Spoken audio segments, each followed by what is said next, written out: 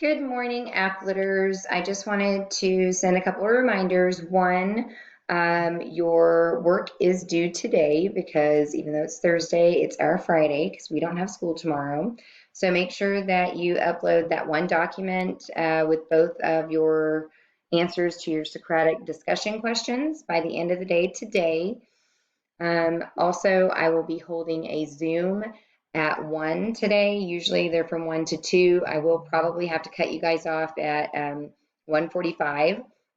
Those of you who can make it, because we do have a faculty meeting from 2 to 4 today, a Zoom faculty meeting. So if you guys have any questions or need any clarification about anything, please do join me on the Zoom. If you can't make that, then shoot me a text and I will do the best that I can to help you in that regard, okay? So have a wonderful day and I hope to see some of you all soon. Bye, kiddos.